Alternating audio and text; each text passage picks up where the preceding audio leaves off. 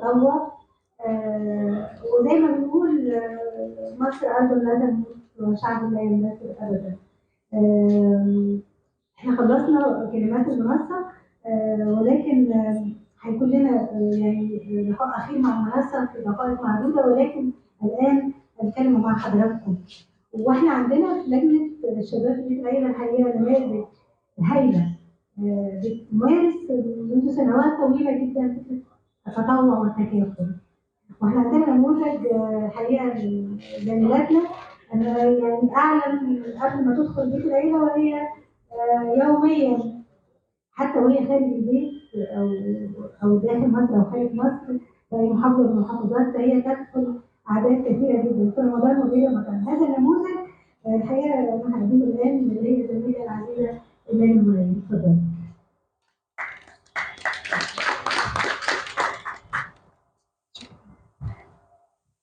مساء الخير. لا مش مستحيل سامع؟ لا استحيل هي مستحيل بس مساء الخير. شكرا للمنصة الكريمة وشكرا للضيوف. أنا هتكلم تعقيبا على كلام الدكتور عمرو ساعة الجائحة بتاعت كورونا. الدول اللي جنبنا طبعا بدون ذكر أسماء دول عملوا إيه؟ طردوا كل المقيمين اللي عندهم على الحدود. طبعا انا كنت بشوف الكلام ده في التلفزيون وبعيط على اهالينا اللي هم على الحدود. عملت ايه انا كشخصيه مصريه عاديه جدا وما عنديش لا مؤسسه ولا جمعيه ولا اي حاجه؟ فتحت الجراج بتاعي واستعنت ببوابات الشارع كله، حوالي مثلا 60 بوابه، ولا همني لا كورونا ولا همني اي حاجه، والحمد لله عدت على خير وما جاليش كورونا يعني. بدانا نجيب خضار ورز وحاجات ونطبخ ونغلف، واسمع ان في اي مكان في ناس عالقين من الدول كنت ببعت لهم وجبات سخنه لغايه عندهم. كنت الحمد لله والشكر لله بطلع في حدود 1000 من 1500 ل 2000 وجبه في اليوم. اتفاجئت بعد كده وكنت بعمل الموضوع دوت يعني ولا شو اعلاني ولا اي حاجه ولا اي حد يعرف عني اي حاجه. فاتفاجئت ان الجاليات العراقيه، الجاليات اليمنيه، الجاليات السودانيه جابوني وكرموني على اساس ان انا عملت كده. كنت فخوره بنفسي جدا ان الناس اللي حوالينا، الدول اللي حوالينا طردوا مع ان احنا مش امكانياتهم، ومع هذا انا كحد مصري بسيط جدا عملت اللي ممكن هم ما عملوهوش. فكنت فخوره بنفسي ان انا حد مصري. دي اول حاجه. تاني حاجه، معلش يا دكتور مهدي، انا كواحده ست ومشيت في الشارع ونزلت واحتكيت وصاحبه قرار، والحمد لله بعتبر نفسي ست قويه. مين اللي خلاني كده؟ ما هو ابويا وتربيته ليا. ومين اللي قواني بعد ابويا؟ ما هو اخويا. ومين اللي علم مني؟ ما هو جوزي. يعني هو قاعد يعني سقف لها بقى معلش.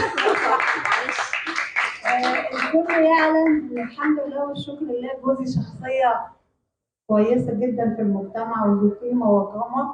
ومع هذا انا احفادي الايام دول ضيوف عندي، هو قال لي انزلي وروحي الندوه وهو قاعد باحفادي دلوقتي. فده يبقى هو ده الراجل. بس ما اقدرش اقول غير كده. صح اهو. شكرا. شهدوا النموذج هذا هو الرجل النموذج الذي يعني احتمال تكراره يعني عزيز شويه. عايزين نبعت برقيه لزوجها. طبعا استاذنا زوجها يعني استاذنا يعني استاذ حسن الويدي وهو اعلامي وهو في وزاره الاعلام ورجل له من العمل العام له. وايمان طبعا يعني نعتبرها سيده العمل الخيري. حي نموذج احتذى به ونتمنى ان يكثر من امثالك. الحقيقه يعني الشتاء داخل علينا، هتبص تلاقي بعتها لنا كل واحده 1000 بطاريه ولا حاجه عشان توزعها على يعني الحقيقه نموذج رائع.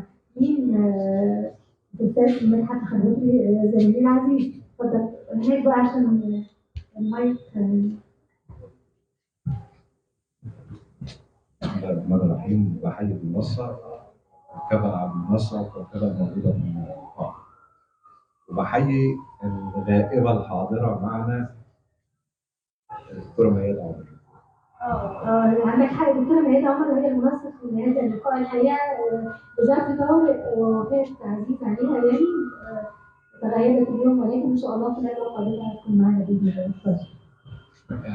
بداية أنا أعرف نفسي مدحت الخطوطي، أخصائي اجتماعي بجامعة الأزهر مدير عام ومدرب وموجه لطلبة الخدمة الاجتماعية وعضو في لجنة الشباب.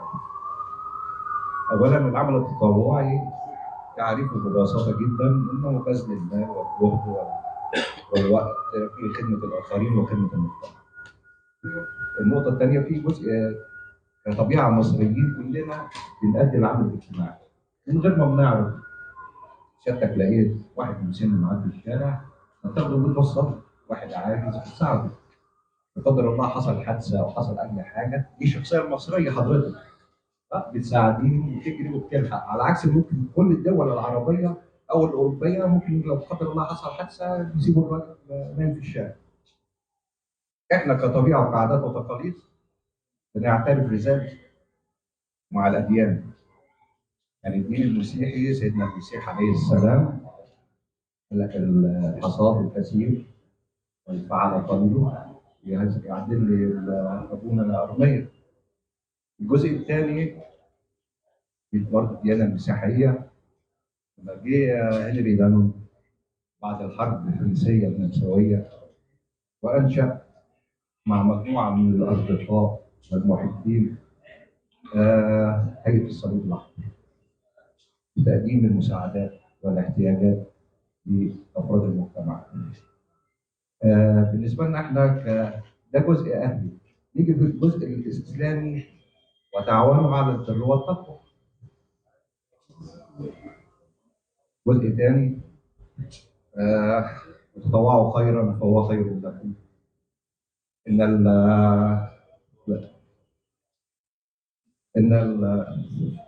قلتي ما معناه، قلتي ما معناه. لا هي آية قرآنية بس. ما معناه إن الصفا والمروة من شعائر الله.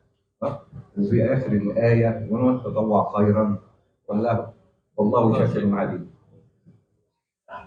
نأتي للجزء الثاني، ده الجزء الفردي، الجزء المؤسسي. كل الجمعيات الأهلية سواء من نقابات تعمل أو أندية، الوقود الخاص بها هي الشباب.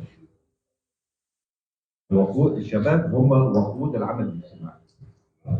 وللأسف يعني بنسبة 60% ويزيد الكل بيتطوع اجتهادا، فيلزم وجود مدرب للعمل التطوعي. المدرب العمل التطوعي هو الشخص اللي بيبقى قريب من الشباب وبيحاول ينزل لمستوى الفكر بتاعهم. بالتالي زينا كلنا عانينا من الحته ديت وعصرناها. مفيش واحد فينا مدرس او دكتور في الجامعه اثر فيه. تبقى انت سيادتك مستني المحاضره متلهف ان يدخل الدكتور ده. ليه؟ هتبقى في الماده بتاعتك. وبالتالي في دكاتره ثانيه بتبقى انت اول ما تسمع ان المحاضره هتبتدي يا ساتر ربنا يعديها على خير، يا ريت الوقت يخلص. فيا جماعه انا بتمنى من الجمعيات الاهليه والنقابات والانديه والمجالس القوميه المتخصصه يركز في النقطه. شكرا جزيلا للاستاذ محمد الخضري. وبالفعل الجمعيات الاهليه والمؤسسات المجتمع المدني لها دور